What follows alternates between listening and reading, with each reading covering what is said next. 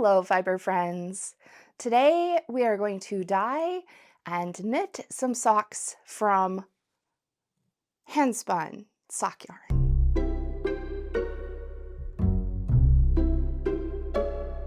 In my last video on this channel, I spun this yarn.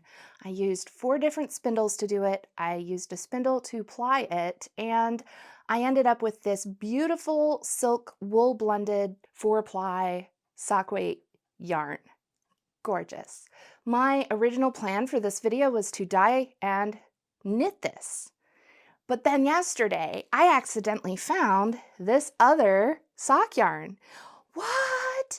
This is a stowaway on this project because I wasn't planning to do 2, but I'm going to do 2. I was looking for something that I put somewhere safe, ended up having to go through every single bin of fiber that I have, only to figure out that when I looked in the first initial place where it should have been, it was there. I just overlooked it. So I went through everything until I had to circle back around to the beginning. Anyway, I did find this yarn and I thought, oh my gosh, we should include this. This I spun in February of 21. That was ages ago. That was like 4 years ago. Wow. If you're watching this in the future, it's even longer. Wow. It's going to be an interesting comparison. So let me tell you real quick what each of these is. I do have an affiliate link for Knit Picks. It is in the video description, and thanks for your support. This yarn, as I mentioned, is a wool silk blend. It is a 4-ply and it is a sock weight. This yarn is a 3-ply. I chain plied this one, and it is very inconsistent. The fiber base for this one that I just found is superwash and nylon. This is the type of sock base that personally I don't love spinning. If you do, that's fine. I understand some people need superwash for lifestyle reasons. I consider the environmental reasons as well, although I don't judge what people choose to use for their yarn. I just try to provide education and examples. This one I spun on my Canadian production wheel. It says 2021, and that means this is right when I got that Canadian production wheel. Back then, at that time, I had not spun on something so fast. It was incredibly fast. And I can tell that I was really getting used to that wheel because this is a little bit, how would we say, inconsistent. I can even see some spots where my chain ply coiled up. And I don't love that for my yarn, but that's okay. It'll be fine. It's fine. A lot of times people freak out over their inconsistency, but then they don't follow it to the end because they worry it's not good enough to work into a project. If you work things that are inconsistent into a project, you would be surprised at how well crochet, knitting, even weaving in certain, structures can really hide the inconsistencies within your yarn, and it's not as much of a problem as a lot of people think it could be. So yes, it's inconsistent. No, it's probably not how I would spin it today. It's not the base I would use today, and I just wanted to note that because it's interesting to see growth in ourselves as crafters, but also if any of you have looked to me as a fiber arts teacher, I think it's very important as a teacher to also show progress and to also keep learning and to also demonstrate that change over time. I sort of just realized that I put the ties on this one really tight. That seems obnoxious. So it'll create a tie-dye effect. So I need to take these off and put some looser ties on it. And I'm also going to put zip ties on the yarn because that helps pick it up out of the water. This one only has one tie in one place. This is the newer yarn. And these are the tails of the yarn. And I wrapped it up like this because it makes it easier to take Instagram pictures, if I'm being honest. Because there aren't like ties all over interrupting the beauty of the yarn. Isn't it beautiful? I like to use cotton to tie it off because then I can easily see where the ties are. Cotton isn't going to take up the dye, so it'll be obvious and easy to cut later. I made up a matching tag because I thought it would be really cute to have them side by side. And there are some interesting things going on. This is grist. This is when one thing stretches further than the other. Think of it like the volume of the yarn against the length of the yarn, right? So like you could have a yarn that's 1 inch long and that's going to be really thick. And you can have a yarn that's 100 inches long. And with the same amount of material, you're going to have to spread it out, which means that the more yards, the thinner it is. Okay, if that's true, look at the wraps per inch. How can that be a 20 wraps per inch? Just for a quick little reference, if we look at my little Jillian Eve control card here, yeah, fingering is 14 to 16, lace is 16 plus. That means for this to have 20 wraps per inch, it would need to be lace weight. And it's not lace weight. Well, here's a theory. One possibility is that the spots that I checked were different, and this is fairly inconsistently spun. So we've got sections that, let's see if I can find a spot here. This feels more like lace compared to this. These are very different yarn. Overall, I would say the average of this yarn is not a fingering. I would say it's definitely more of a sport on average, And there's one other thing I wanted to mention here, and that is that when you think about grist, right, we think about how long the yarn is versus the volume of it. You can have something more compact that's going to make it more dense. You can have something that's fluffier and less dense, which means that the material can go farther. So that is an interesting thing to note as well. So I am happy to share that this yarn is not what I would do today, but I think that's an important thing to be open and transparent about, especially as a fiber arts teacher. Let's go get these in some water so they can soak, and I'm gonna go look at some dye colors. I put a little bit of Synthropol in the water, that's why you see some bubbles. It is there to get any grease or other impurities or whatever that could be in the fibers off the fibers so that the dye will take better. The first one I put in there was the Superwash and Nylon. This one is the Silk. And you can notice that the silk maybe doesn't go in as easily. Kind of stays up on top of the water. And that's why we're getting this pre-soaked to make sure it's ready to take up the dye. I'm going to let these sit and soak for, I don't know, a couple hours, maybe 3 or 4 hours. Overnight is good too, but I didn't get a chance to record last night, so I didn't get a chance to start the soaking process last night. We'll do it today, and that's okay. I'm looking at the Dharma Trading Company website. I do love how you can take the different colors and combine them on the website and see how they would look together. I'm thinking because I have these two very different skeins of sock yarn, I think it would be fun to have two very different color stories. With handspun yarn, it's important to look at the structure of the yarn and be aware of the amount of twist you have in the yarn. A very high twist can act as a resist, which means it's not going to take up the dye as well.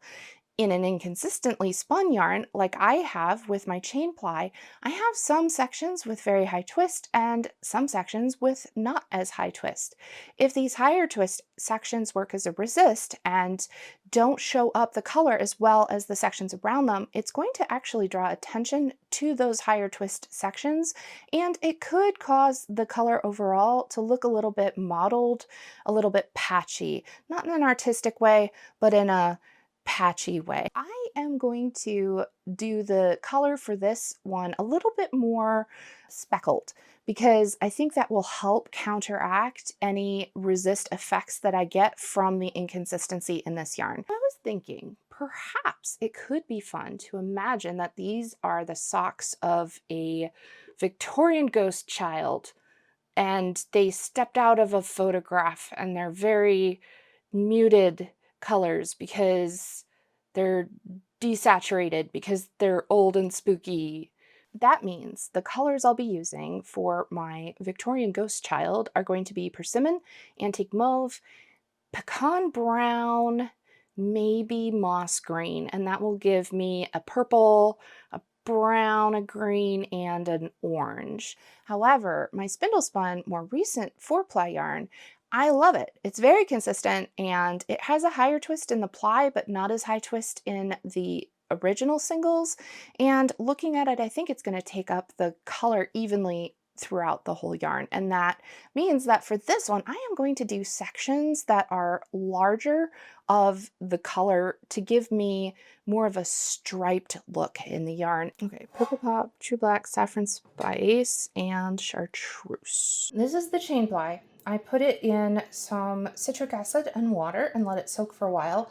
And then I gave it a touch of vanilla cream because I wanted it to have sort of an antiqued look to it. I did not realize that there was a speck of dye in the pan, and it picked it up because of course it did, and so it's a little pink. But the way I'm going to do this yarn has more of a speckled look to it, so I think it's going to be okay. I'm not really worried. But I do want to take the water level down just a little bit, and I also want to heat it up so that it takes the dye faster. So I am going to pour out a smidge of water now that it's good and soaked, and I am going to put it in the oven for a little bit while I work on the other yarn. For this one, I don't want it to bleed as much, so I am going to scooch it out around the edges of this pan. This should probably, hopefully, help it from bleeding like everywhere. I'm going to take colors and kind of work them in. Let's do some purple first. I like purple. I want a lot of purple. So we're gonna do purple down. Why is this hard to open? Ah. We're gonna do purple down one side.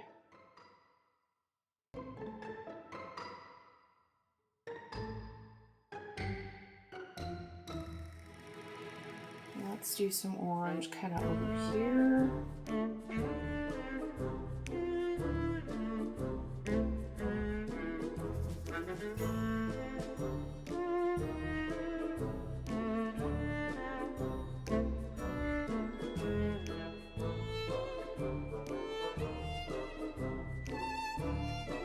Looks like candy corn right there. Should I leave it? That's looking good to me. Good and Halloweeny. Starting with persimmon.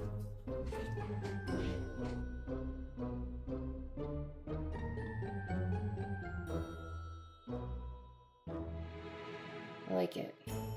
I think it's pretty. I have the most amazing Patreon supporters, and they're going to be flying by as we talk for just a second. Every month I give my patrons of all tiers a bonus video.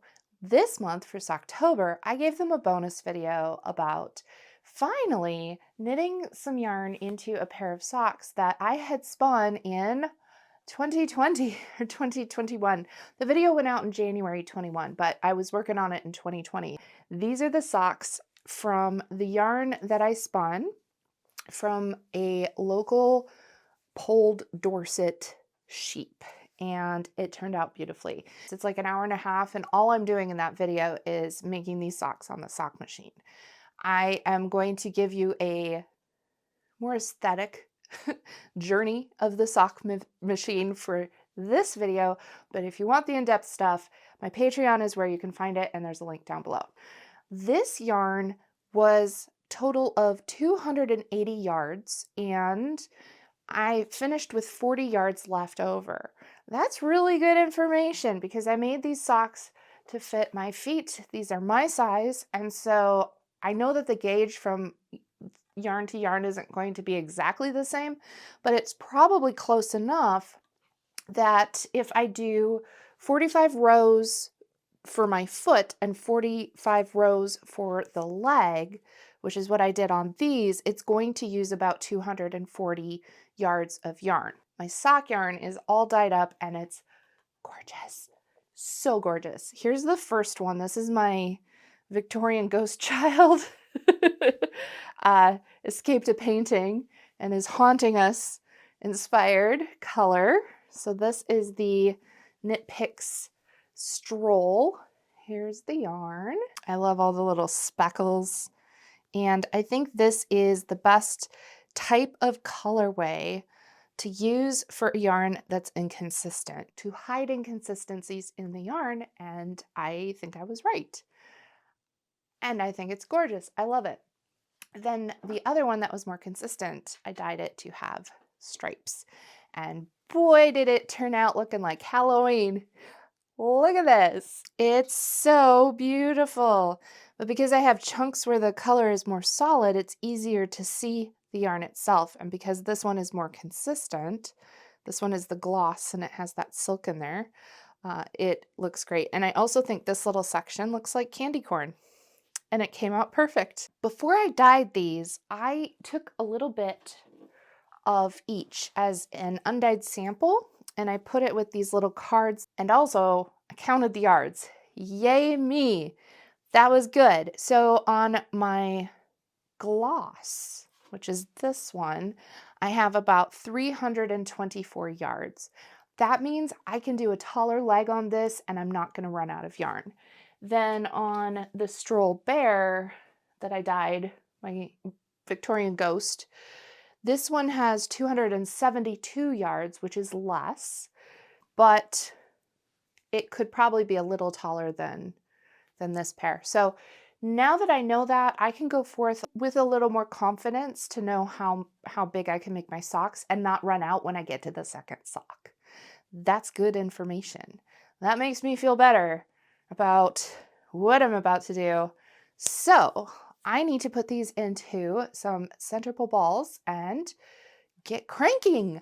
Haha, because I'm not going to get knitting. I'm going to get cranking. That sounds good for Halloween, I guess.